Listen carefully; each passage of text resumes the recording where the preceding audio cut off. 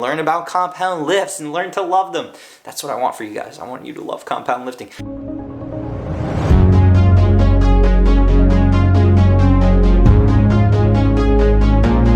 What's going on, everybody? Personal trainer Matt Regan here with Fit Progressions, and in today's video we're talking about fitness motivation for people who hate exercising and how to change. So I got a little bit of news for you. If you want change in your life, you're gonna have to change some things. Okay, this seems very obvious, but as a personal trainer, I can tell you that I meet a lot of clients who want to change their physique, who want to change their life, their weight, maybe they want to lose weight, but they don't seem to want to change anything. And they're always asking, I get questions, hey, I need motivation. I just lack motivation. I need motivation. So I want to talk today about motivation because I saw a very interesting video by Jordan Syatt from Syatt Fitness recently, where he got asked the same question from one of his clients, and that was, how do you motivate people to exercise who hate working out? And he had a really good answer, and it resonated with me, so I'm sharing it with you. Thank you, Jordan. Check out his channel. But I'm going to share it with you a little bit about what he said. And he was talking about willful suffering versus unwillful suffering. Okay? In life, there's going to be suffering of some sort, whether you like it or not.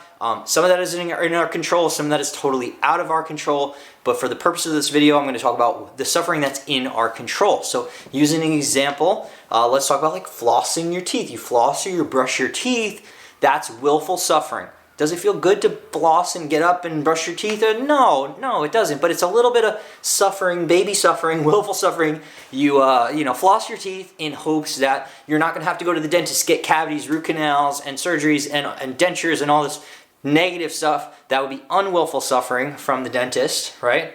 So you have a choice. Do you brush your teeth and keep them clean? Or do you go for the unwillful suffering of having to go through all this pain at the dentist and deal with all this stuff?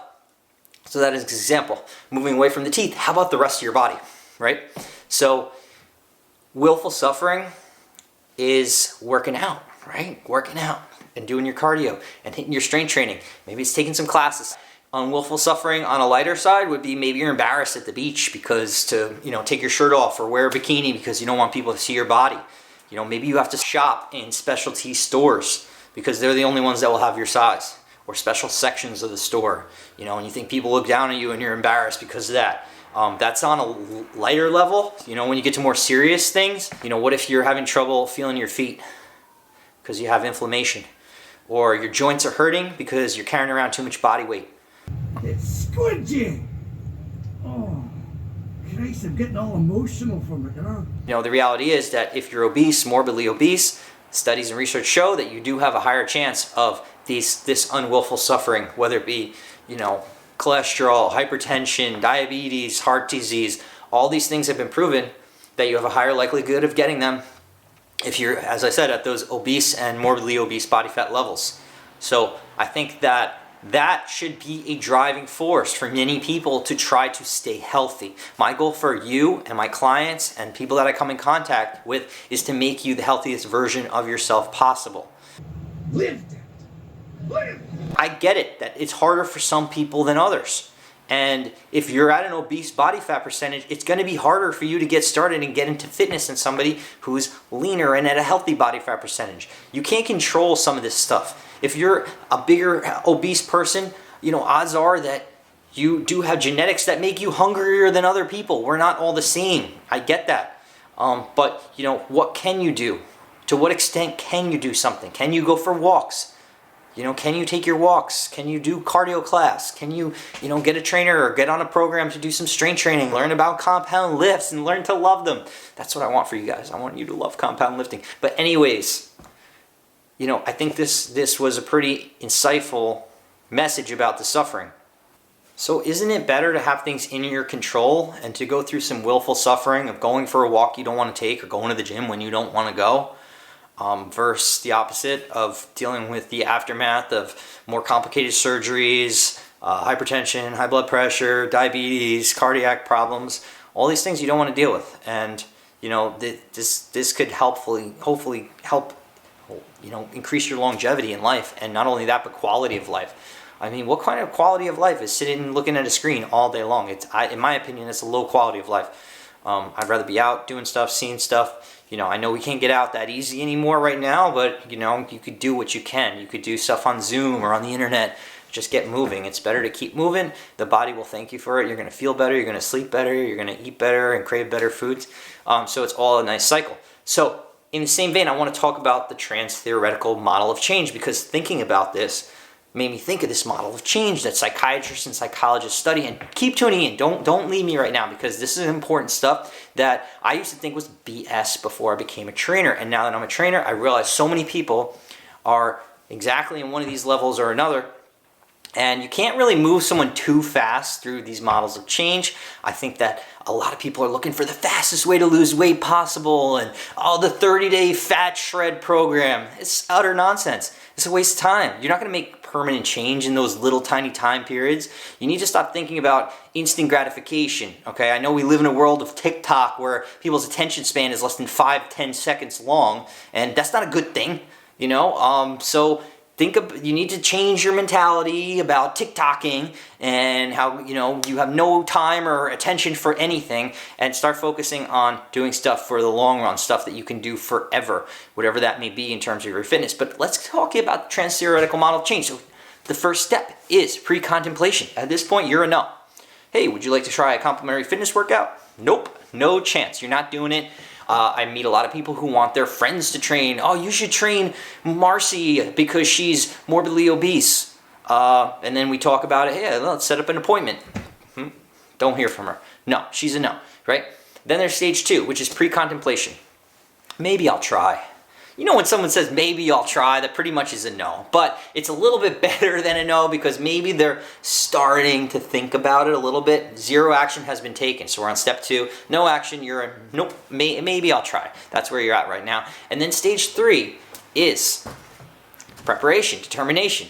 So at this point, you're less than 30 days from making some type of change, but you're starting to do steps towards that. So whether that's researching gyms in your town, or getting a new pair of sweatpants or kicks because you're getting ready, or a new water bottle, whatever, you're starting to take steps that would lead you to start making a change. So we're halfway through the model and you haven't done anything. So most of you watching this video are probably in step 1, 2, or 3 right now. Okay, right? Let me know in the comments what step you're on. And before we go any further, make sure to subscribe to this video and my channel so that you can get more content like this. If you like this content, I'd really appreciate you coming back and watching more.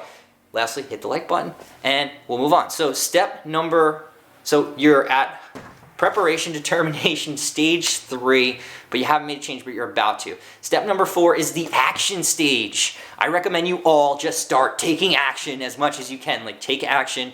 Don't look for motivation as much as action, action, action. What can you do? Can you go for steps for 2 blocks, 1 block? Go outside for a walk? Can you do stretches? Can you do a push-up? 1 set of push-ups? So take action, okay? So if you're in the action stage, you've been working on something for less than 6 months of time. That is the action stage. So you've been working out for less than 6 months, you're in action. This is why I don't like those 30-day get fit programs, because they're BS, because you're not going to create any real habit changes in 30 days. Likely that program is just going to try to beat the crap out of you to make you think that you got a good workout in 30 days because you're sore the whole time. But as soon as you're done with it, you just want to go off it as soon as possible because it was absolutely miserable. And that is willful suffering. That is like almost unwillful suffering, in my opinion. Just like HIIT class.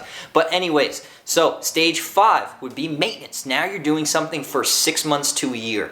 So you're getting consistent at this point. 6 months to a year, you're at stage 5. You haven't even changed completely yet within a year. And this is what the psychologists, psychiatrists think and they study. So I agree with this, because it's not always linear too. People fall on and off this model. They go back, they start a program, they might work out for 6 months or a year, and then they stop for 6 months, a year, and then they go on. So you want to try to get consistent for at least 1 year. 1 year of time, 365 days. And then after that, when you continue, you will be in the determination stage. At that point, you will be closer to fit mat, where you don't want to miss a leg day or a chest day or any type of day, because why would you do that? It's part of your lifestyle at that point. And that's where you need to get to, so that you don't need any more motivation, because the motivation comes from within. And at the end of the day, it should come from within. Okay, so when I meet people for the first time and I learn about their fitness goal, oh yeah, I want to lose two pants sizes. Why is that important to you? I'm not trying to be a jerk, but why is that important to you to do? Oh, well, I have to shop at the the big and tall section, and I hate the selection there. It sucks. I just want to shop in the regular section.